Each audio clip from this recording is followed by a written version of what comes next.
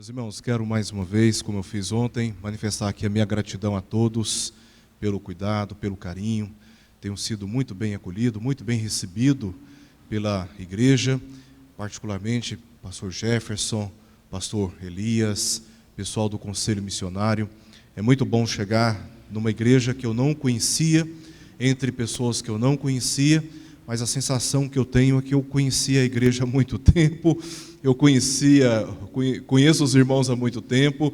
Essa tem sido a minha experiência, assim, é assim que eu tenho me sentido no meio dos irmãos. Isso mostra que a igreja é uma igreja acolhedora, uma igreja amorosa, e meu coração se alegra demais, desde ontem, testemunhando a maneira como tem tratado o trabalho missionário, o comprometimento com o trabalho missionário, que isso sirva de exemplo e de inspiração para muitas e muitas igrejas na Igreja Presbiteriana do Brasil. Se todas as igrejas pudessem experimentar com este vigor, com esta alegria, o comprometimento missionário que essa igreja tem demonstrado ter, e ainda com esta conferência o interesse de crescer nesta direção. Deus tem nos dado dons, Deus tem nos dado recursos, Deus tem nos dado privilégios como cristãos regenerados pelo Espírito de Deus, e é fato que tudo isso tem relação imediata com a responsabilidade que nós temos. Nós não obtivemos do Senhor, não recebemos do Senhor dons, recursos, estrutura para apenas uma satisfação pessoal. Deus tem nos abençoado, Deus tem abençoado esta igreja. E quanto mais Deus abençoa essa igreja, mais aumenta a sua responsabilidade diante do mundo no qual todos nós nos encontramos. Mundo este carente do Evangelho, carente da graça de Deus. Que Ele use a minha vida e use também a sua vida poderosamente para que mais e mais pessoas, a exemplo dos nossos missionários, possam também ouvir o Evangelho da salvação na pessoa bendita do Senhor Jesus. Amém? Meus irmãos, vamos abrir as nossas Bíblias no Evangelho de João, capítulo 12. Evangelho de João, capítulo 12.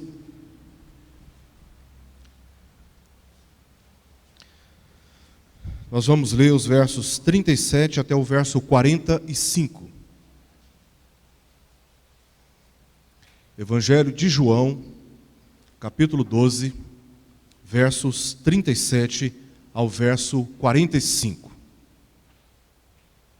Como todo o restante da palavra de Deus, este texto tem tudo a ver conosco.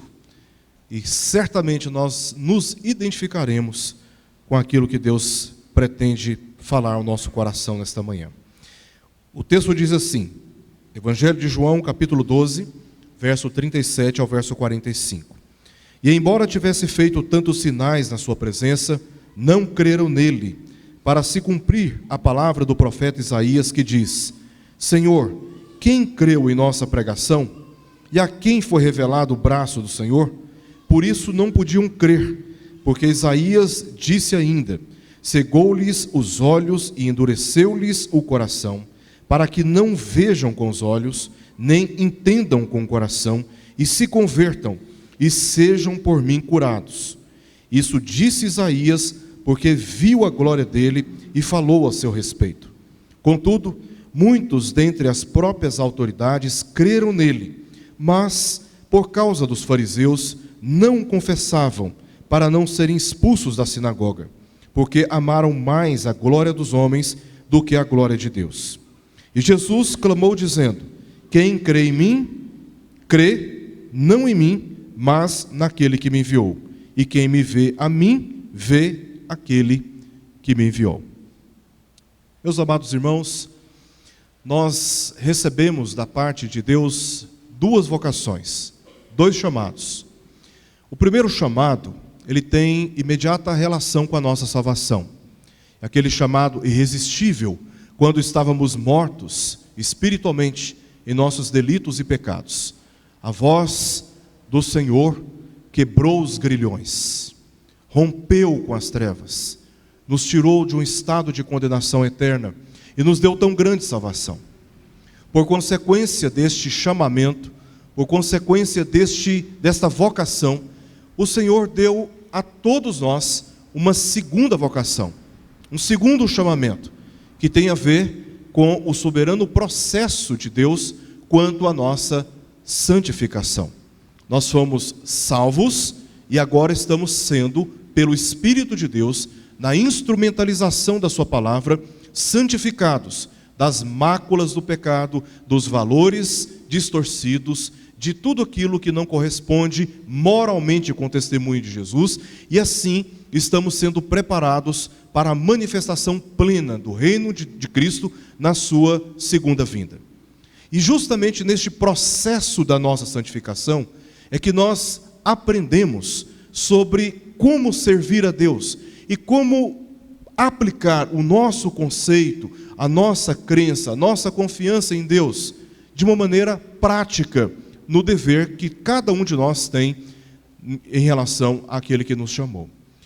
Todos os evangelhos, Mateus, Marcos, Lucas e João, eles têm um propósito comum, que é de comunicar a palavra, comunicar o testemunho de Cristo, a fim de que o Espírito chame, regenere pela palavra todos aqueles que Deus pretende salvar. E os evangelistas também tiveram a intenção de, ao comunicar este testemunho, de orientar aqueles que creem em Cristo a viverem de acordo com esta fé. Quando nós abrimos o evangelho de Mateus, nós descobrimos uma palavra que está bem presente aqui neste texto, especialmente no verso 37 ao verso 50, onde nós encontramos 7 ocorrências da palavra fé, crer, que no grego é pistel. Essa palavra no evangelho de Mateus, ela aparece 11 vezes. 11 vezes.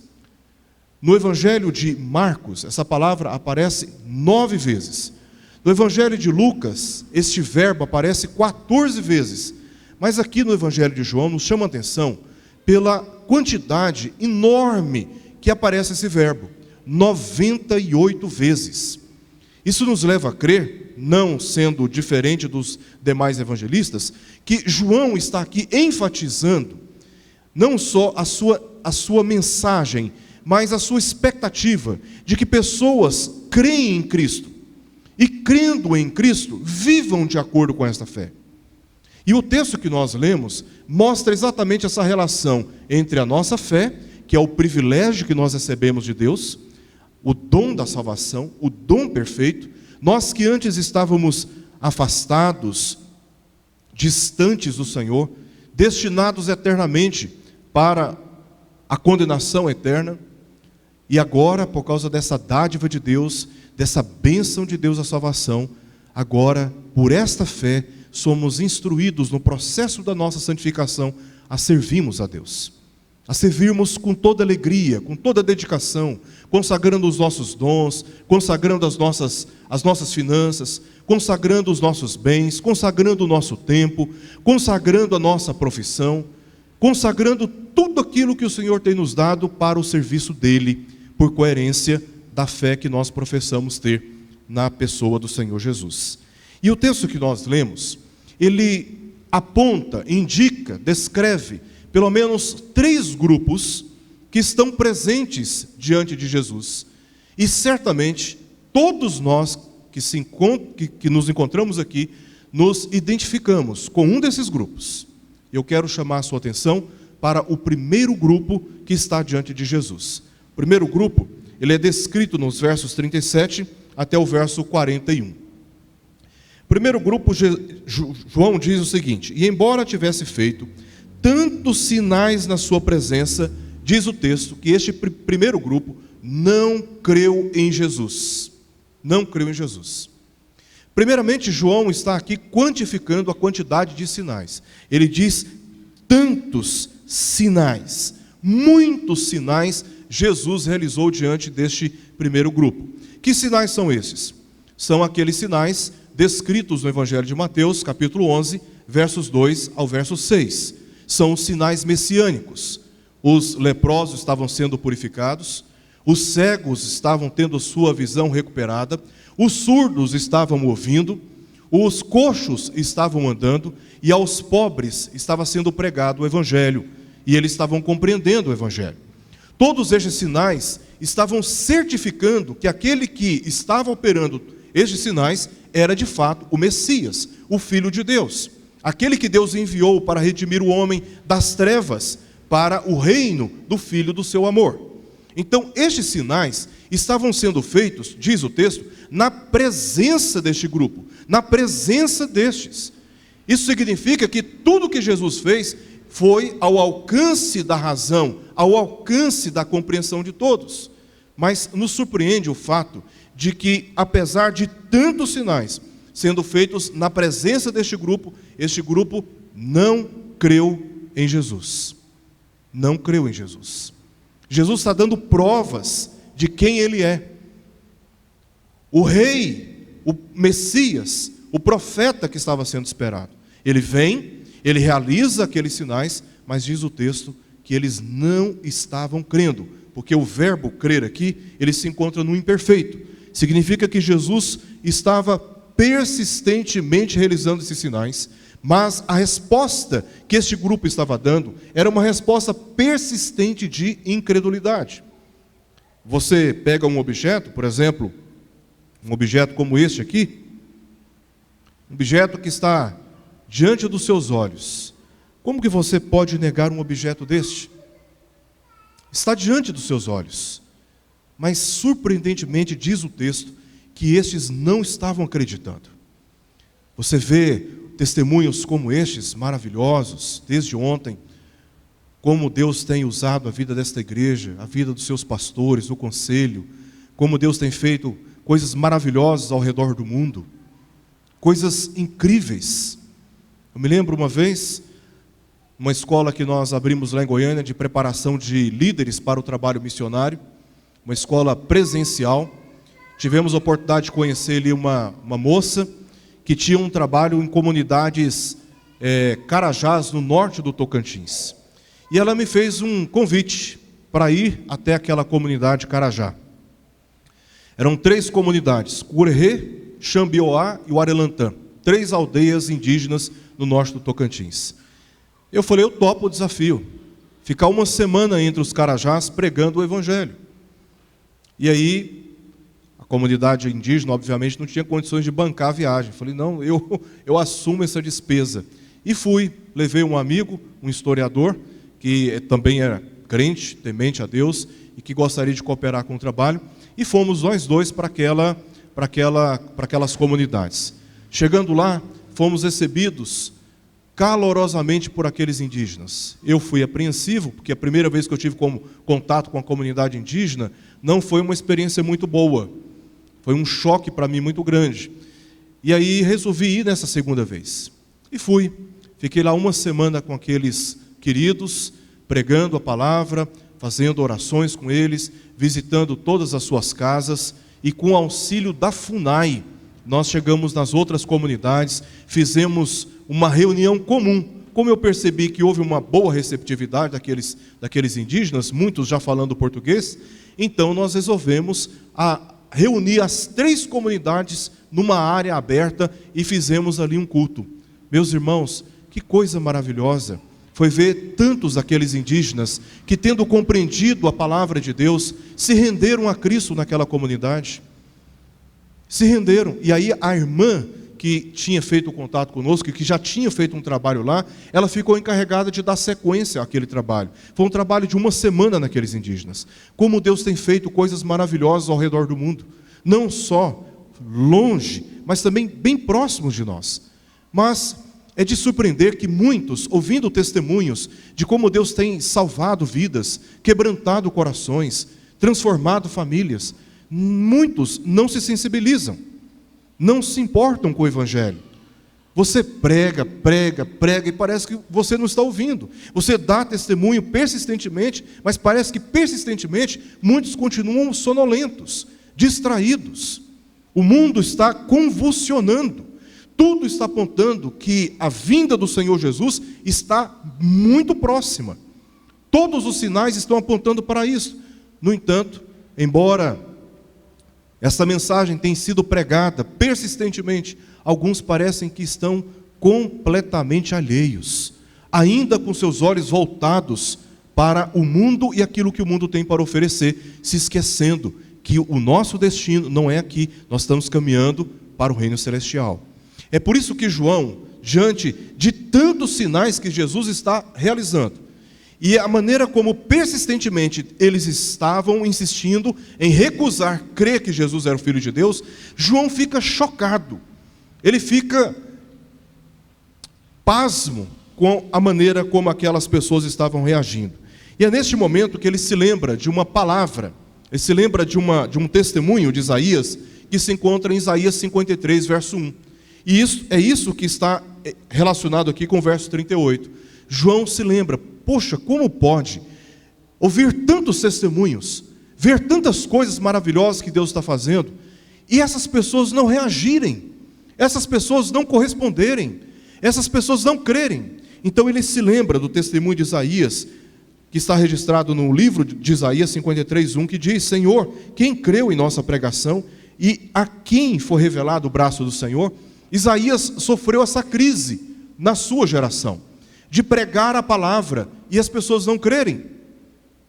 Isaías insistia, levando a revelação de Deus, no entanto, muitos não estavam correspondendo com fé. E a sensação de Isaías é que ele estava pregando para ninguém, o seu ministério estava sendo infrutífero. E é tão chocante isso para qualquer pregador. Então, naquele momento, João se lembra de uma outra passagem no profeta Isaías.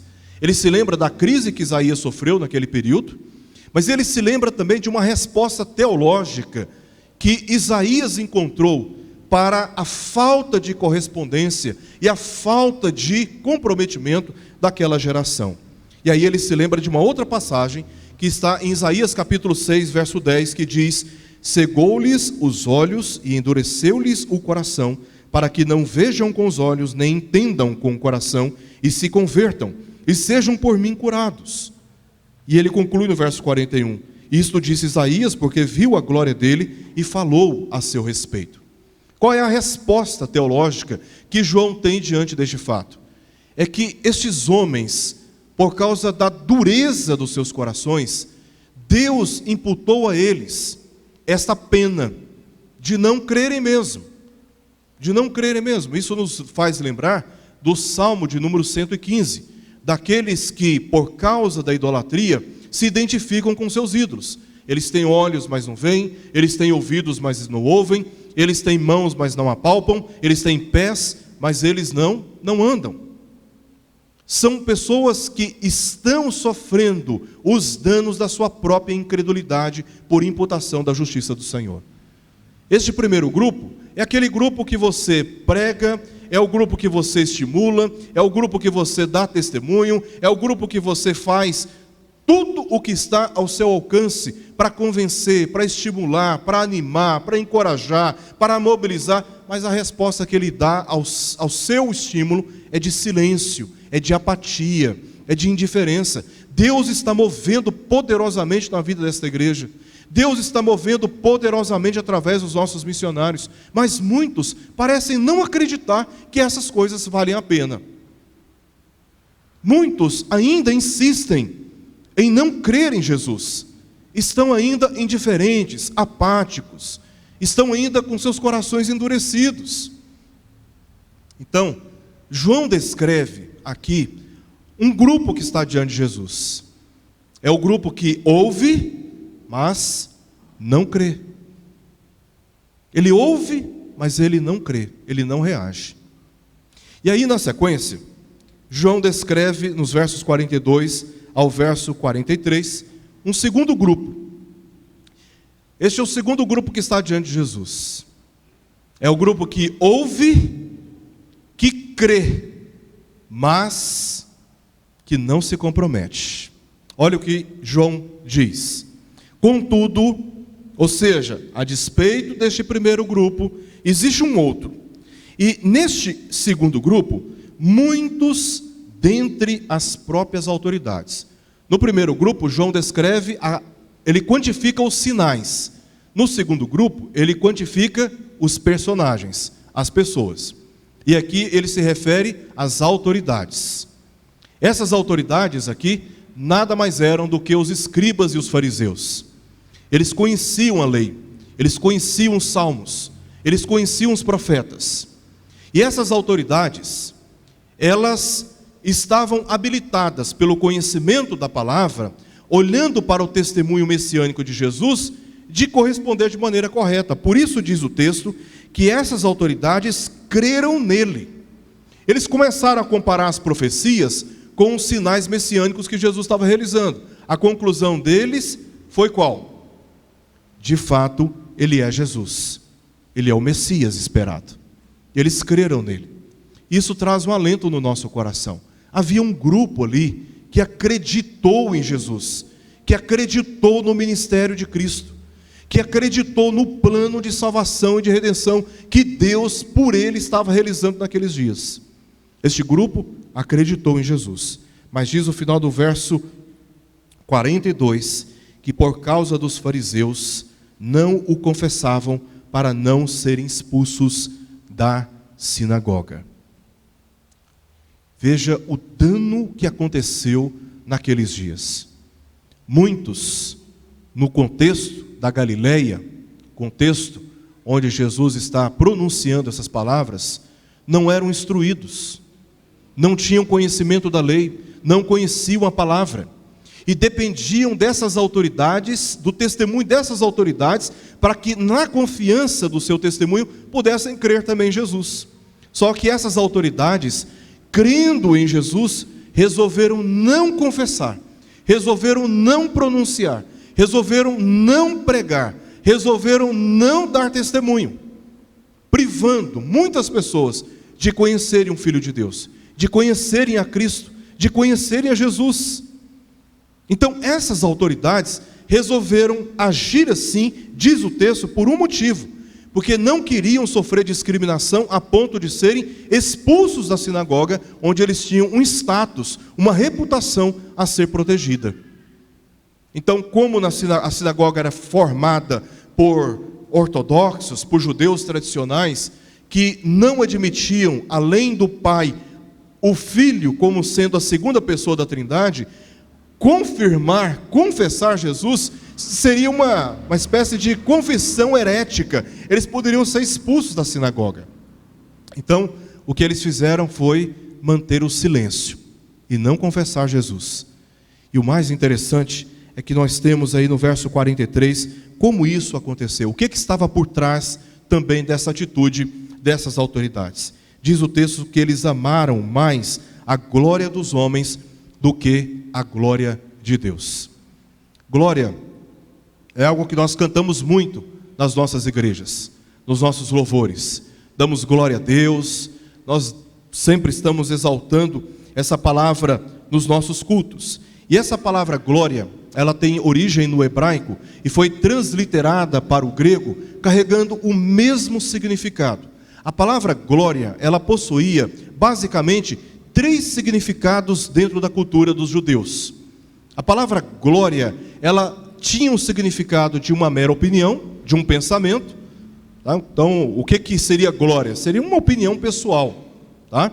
Glória também significava uma referência às virtudes de alguém, uma espécie de admiração pelas virtudes de alguém. E é geralmente nesse sentido que nós usamos glória nos nossos cultos. Nós oferecemos a Deus o nosso louvor, que significa elogio. Nós estamos admirando as virtudes de Deus e na admiração das virtudes de Deus, nós estamos fazendo referência a essas virtudes com os nossos lábios. Isso é louvar, isto é glorificar.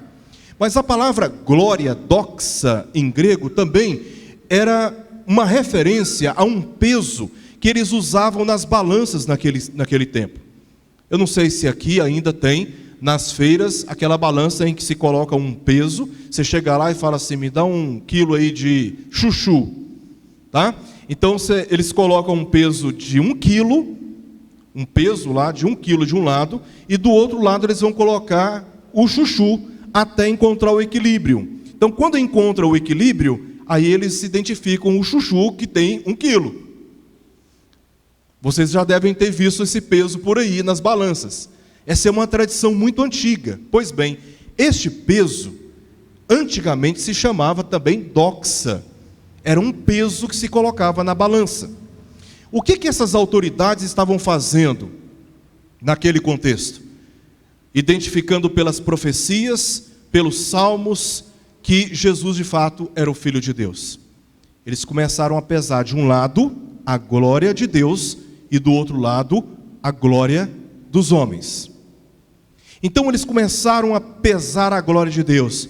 Confesse, anuncie, fale, confirme que Ele é o Messias. O peso da glória de Deus estava dizendo para eles: a sua reputação não é mais importante que o seu testemunho. A glória de Deus estava dizendo para eles: o seu dinheiro não é mais importante que a vocação que eu te dei. O peso da glória de Deus estava dizendo: renuncie, abra mão. Tem muitos aqui que não deveriam estar aqui, pastor Jefferson, porque já foram chamados por Deus para o campo missionário. E o peso da glória de Deus vem sobre nós e parece que vai esmagar a nossa consciência. A gente não tem paz, porque essa glória não é nossa, essa glória é a glória de Deus. E sabe quando nós glorificamos a Deus? Quando nós obedecemos. Aí esse peso que parece que vai nos esmagar, ele sai de sobre nós e volta para Deus, porque é dele. É muito parecido com aquela experiência quando você machuca o seu irmão, você ofende o seu irmão. Você vai para casa com a consciência pesada, seu coração está inquieto, algo está pressionando a sua consciência. Sabe o que está pesando sobre você? A glória de Deus. E ela vai pesando sobre você, e você vai ficando ali meio que inquieto na sua consciência. Mas quando você chega no seu irmão e diz: olha, eu não agi de uma maneira correta com você, eu estou aqui para confessar isto e te pedir perdão. E quando há reconciliação, sabe o que acontece? Esse peso que estava perturbando a sua consciência sai de sobre você e volta para Deus em forma de glória. Isto é glorificar a Deus. Esta é a nossa responsabilidade. Este é o fim principal do homem, é glorificar a Deus e experimentar dele, desfrutar dele para sempre. Essa é a glória de Deus, que pesa sobre nós dizendo: renuncie, obedeça, vá, perdoe, contribua, ore, atravesse a rua, fale do meu nome. Não tema discriminação, não tema perder reputação, não tema perder algum tipo de privilégio, apenas obedeça. Então os fariseus, eles começaram a pesar de um lado o peso da glória de Deus, e por outro lado, eles começaram a pesar o peso da glória dos homens.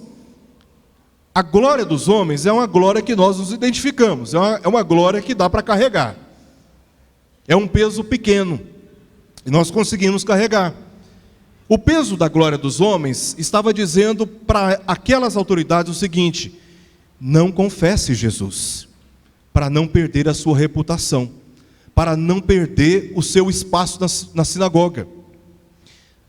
Não renuncie, não abra mão, não doe, não vá, não perdoe, não contribua, não se envolva com a obra missionária, não fale de Jesus para as pessoas, deixe as pessoas em paz, cada um acredita no que quiser acreditar, você não tem que dar testemunho para ninguém, não fale de Cristo para o ambiente, no ambiente da sua faculdade, não fale de Jesus para o seu patrão, para os seus colegas de trabalho, para as pessoas que estão dentro do ônibus, não compartilhe do Evangelho com ninguém. Este peso, ele combina com a nossa natureza, esse é um peso que dá para carregar. Então, o que eles fizeram ali? Eles começaram a pesar de um lado o peso da glória de Deus e do outro o peso da glória dos homens. E infelizmente a decisão que eles tomaram foi de carregar o peso da glória dos homens, negando o peso da glória de Deus. Eles creram em Jesus, diz o verso 42, mas por causa dos fariseus não o confessavam para não serem expulsos da sinagoga. Então, o primeiro grupo é o grupo daqueles que ouvem, que testemunham, que veem, mas não creem. Eles preferem continuar vivendo como eles estão vivendo.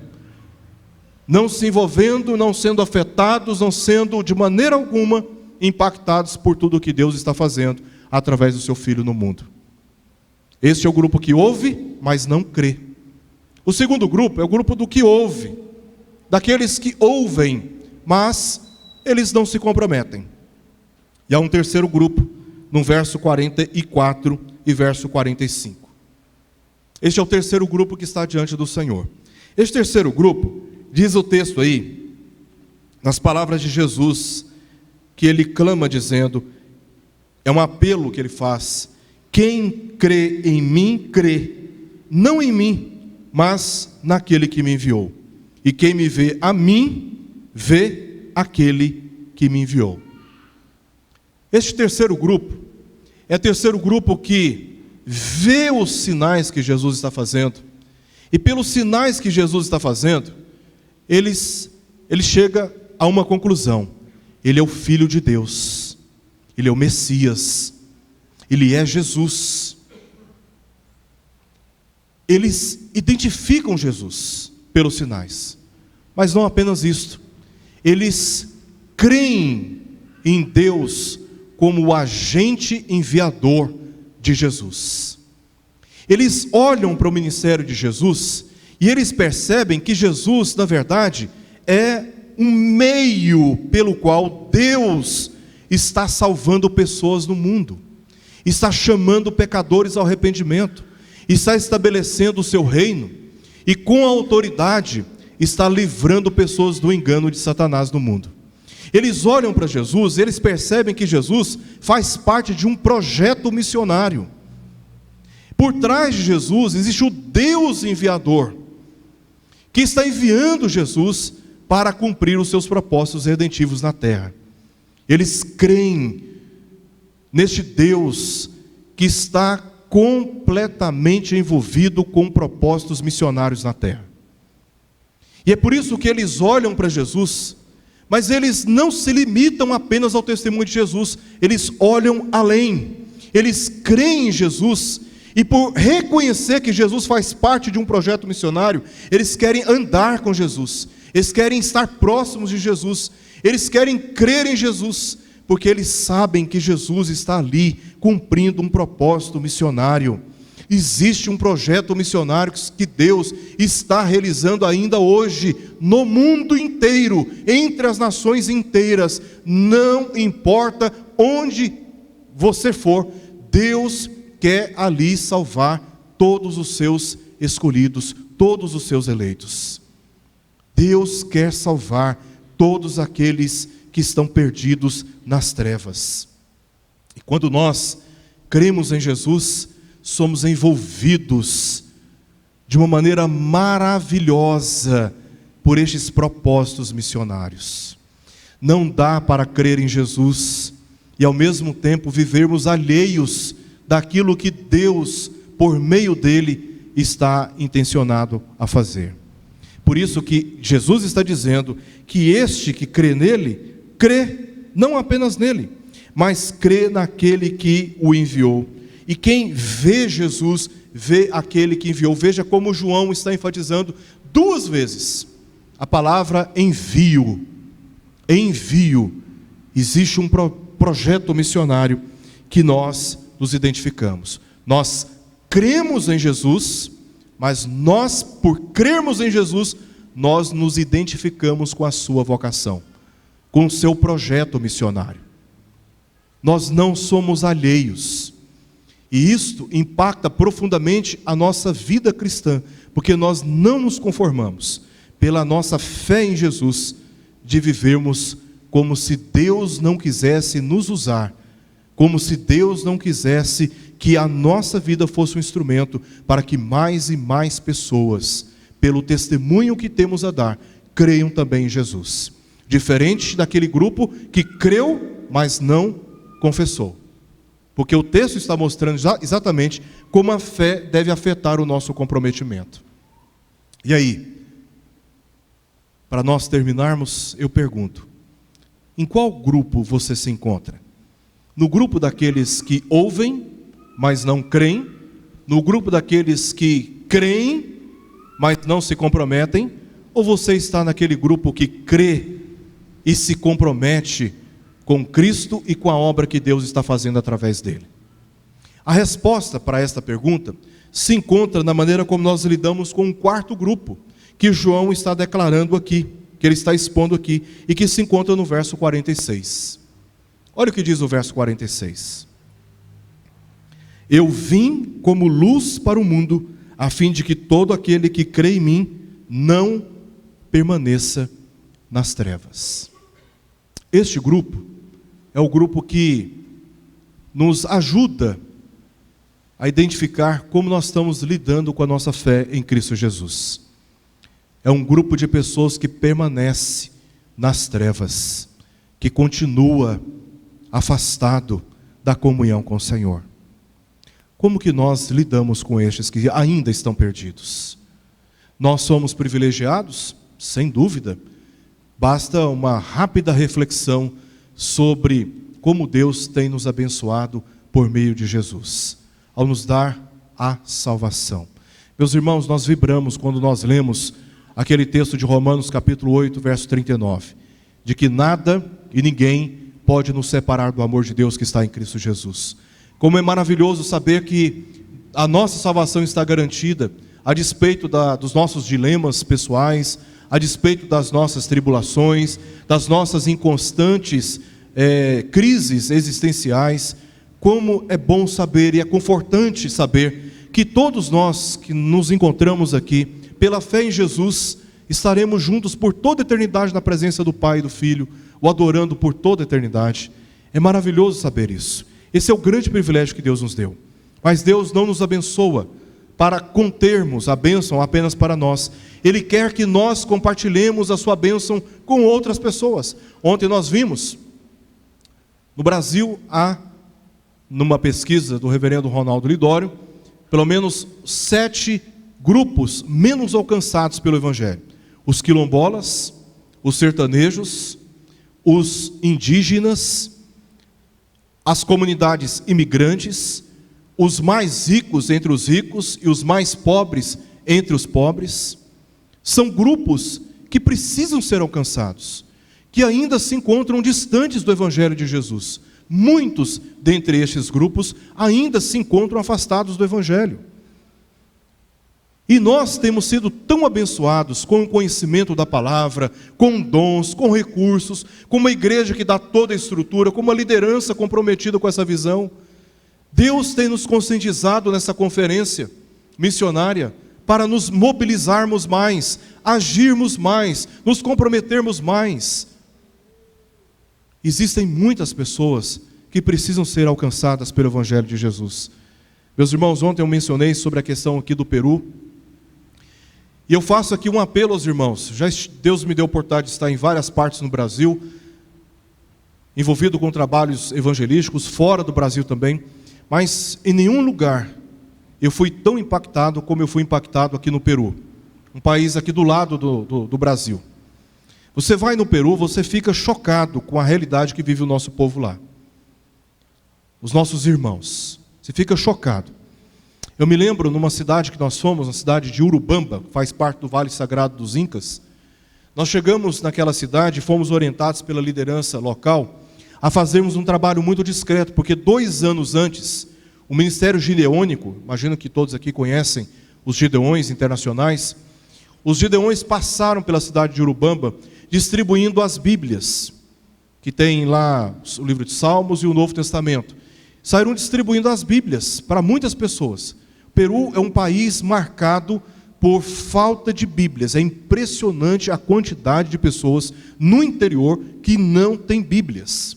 É impressionante. É chocante para nós.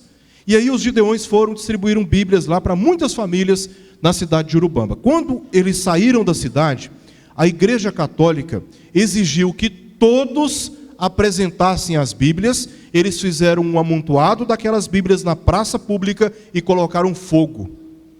Isso aqui do lado do Brasil. Queimaram as Bíblias. Porque no Peru, os evangelistas, ou diablos, como eles chamam, é uma seita. Eles veem os protestantes, os missionários, protestantes como membros de uma seita, e a Igreja Católica não pode deixar esse ministério crescer dentro do Peru. Então eles obrigaram as pessoas a entregarem as Bíblias e colocaram fogo, porque as Bíblias dos católicos são Bíblias diferentes daquelas que nós portamos. Uma coisa absurda. E aí, orientados pela liderança local, fomos fazer um trabalho muito discreto dentro das casas. E as Bíblias que nós estávamos levando eram Bíblias maiores do que essas aqui. Antigo, Novo Testamento, com mapa e tudo mais. Nós tínhamos uma parceria com a The Outreach Foundation, que é uma organização dos Estados Unidos. Eles mandavam os recursos em parceria com a Sociedade Bíblica Peruana. Eu negociava as Bíblias, eles enviavam as Bíblias para Cusco. Nós chegávamos lá, as Bíblias já estavam todas lá, milhares de Bíblias. Nós tínhamos o trabalho de carimbar todas as Bíblias de acordo com a região que a gente tinha que trabalhar. E aí, então, eu fazia o pagamento, fazia o saque da conta que eu tinha nos Estados Unidos e enviava o pagamento para a Sociedade Bíblica Peruana. Foi uma parceria entre nós no Brasil, a organização nos Estados Unidos e a organização da Sociedade Bíblica Peruana. E assim nós fizemos durante muitos anos. E fomos para a cidade de Urubamba, e lá, sabendo os cuidados que nós tínhamos que ter, nós tínhamos um encontro lá numa praça, que era um encontro muito estratégico, porque os campesinos saíam dos montes, iam para essa praça, e ali eles vendiam seus produtos, os produtos da terra. Então, se nós fizéssemos um trabalho ali, nós estaríamos alcançando pessoas de muitos rincões, de muitos lugares que são de difícil acesso. Então, nós fomos fazer um trabalho ali. Eu me lembro que eu sentei do lado de uma pessoa, comecei a compartilhar o Evangelho, a Bíblia ficava dentro da mochila, nós não saímos anunciando publicamente que nós estávamos distribuindo Bíblia, então nós evangelizávamos aquelas pessoas que aceitavam o Evangelho, que, convencidas pelo Evangelho, estavam ali prontas para orar, entregando as suas vidas a Jesus. Nós perguntávamos para elas: você tem Bíblia? Se elas falassem assim: não, já tenho uma Bíblia em casa, então nem tocava no assunto de Bíblia que nós estávamos ali doando, né? Um regalo. Então, quando a pessoa disse: olha, eu não tenho Bíblia, aí nós questionávamos: por que você não tem Bíblia? É muito cara e tal, e tudo, porque as Bíblias no Peru são produzidas aqui no Brasil, então é produto de importação. É muito caro e tal, e tudo. E falou assim: olha, eu tenho uma Bíblia para te dar. E é de presente. Você não tem que pagar por ela. Então eu vou te dar uma Bíblia e eu quero que você se comprometa em ler a Bíblia. Porque a mensagem que você ouviu aqui, ela está neste livro. E tem muito mais coisas que você vai aprender lendo esse livro sobre Deus e sobre a pessoa de Jesus.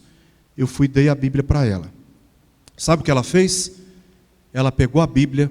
Ela ficou tão entusiasmada de ter recebido uma Bíblia, ainda da qualidade que nós doamos, que ela saiu gritando na feira que nós estávamos doando Bíblias.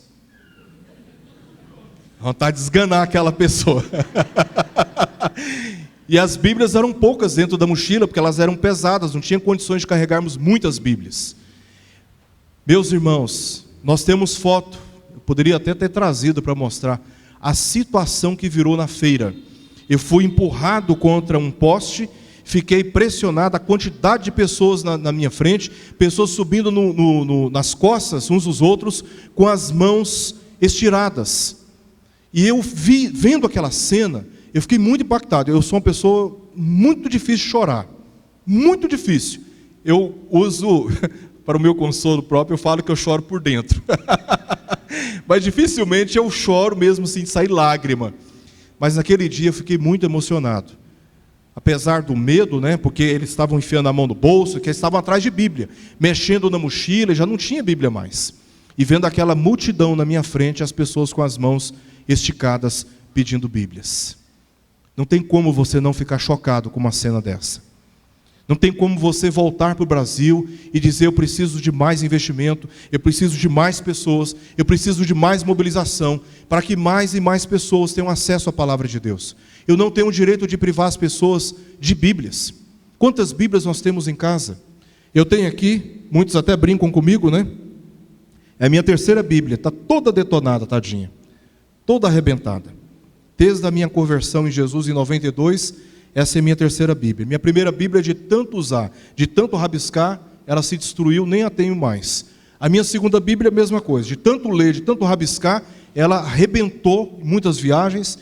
Ela está bem, essa eu guardei, é uma relíquia, está guardada lá em casa. Essa é a minha terceira Bíblia. Está toda destruída, tadinha. Mas tem muita ainda, pode ser usada bastante ainda, né? Tem pessoas que já se sensibilizaram comigo, querendo me dar Bíblias, mas eu tenho muita dificuldade de usar outra Bíblia por enquanto. Porque o que eu vi no Peru marcou para sempre o meu coração. A carência de Bíblias é uma coisa impressionante. E como as pessoas são receptivas ao Evangelho. São receptivas ao Evangelho. Meus irmãos, nós que cremos em Jesus, é impossível, pelo nosso amor a Deus e pela nossa convicção de que Ele é o Filho de Deus, o agente de salvação, é impossível contemplar estes que permanecem nas trevas e nós não nos sensibilizarmos de apresentarmos aquele que oferece a salvação. Este quarto grupo, ele nos ajuda a entender onde nós nos encontramos neste momento. No grupo daqueles que são indiferentes a tudo que Deus pretende e está fazendo no mundo, no grupo daqueles que acreditam em tudo isso que nós falamos aqui agora, mas que não desejam se comprometer com nada, preferem manter a mesma rotina, o mesmo valor, os mesmos hábitos, ou se nós vamos fazer parte, e fazemos parte do terceiro grupo, que crê em Jesus, e porque crê em Jesus, diante do quarto grupo, ele se envolve confessando Jesus a estes que se encontram nas trevas, para que não permaneçam mais nas trevas, porque Jesus é a luz do mundo, e todos aqueles que andam nas trevas encontram salvação somente na pessoa dele. Que Deus use a sua vida, que Deus convença o seu coração, te estimule, te encoraje, te fortaleça, renove as suas forças, te dê ânimo e te dê a percepção de que tudo aquilo que Deus tem te dado, não apenas a salvação, mas a sua maravilhosa família, sua maravilhosa igreja, seus pastores e líderes que são tão comprometidos com o Evangelho, com a obra missionária, o conselho missionário desta igreja, tão comprometido, tão envolvido, que Deus use você, toque no seu coração, para que você perceba não apenas o privilégio, mas a responsabilidade que Deus tem colocado nas suas mãos. Que Deus assim abençoe a vida de todos nós. Vamos orar? Senhor Deus, nós te damos graças por esta manhã na tua casa e rogamos ao Senhor que promova no nosso meio ainda mais vigor e convicção de que o Senhor deseja usar a nossa vida. Que o amor por Ti no nosso coração seja tão grande que nós não consigamos conter isto apenas para nós, mas que sejamos de fato instrumentos do Senhor para que este amor seja compartilhado com aqueles que permanecem nas trevas. Nós rogamos por salvação de parentes que estão distantes do Evangelho, rogamos por salvação de filhos que estão extraviados do Evangelho, rogamos por salvação por cônjuges que estão ainda adormecidos nas suas trevas espirituais, pedimos que o Senhor quebre as cadeias, desperte deste sono, confira a salvação e que estes, ó Deus, passem a Te servir acima de todo o interesse pessoal, porque o Senhor é digno de receber todo o nosso louvor e toda a nossa adoração. Que o Senhor esteja com esta igreja, continue abençoando a vida dos pastores, de cada presbítero, de cada irmão, conselho missionário, os missionários que são representantes dessa igreja. Nós rogamos para que o Senhor abençoe, para que esta obra cresça, se expanda e que acima de tudo o nome do Senhor seja glorificado. Nós oramos por isso, Pai, em nome de Jesus. Amém.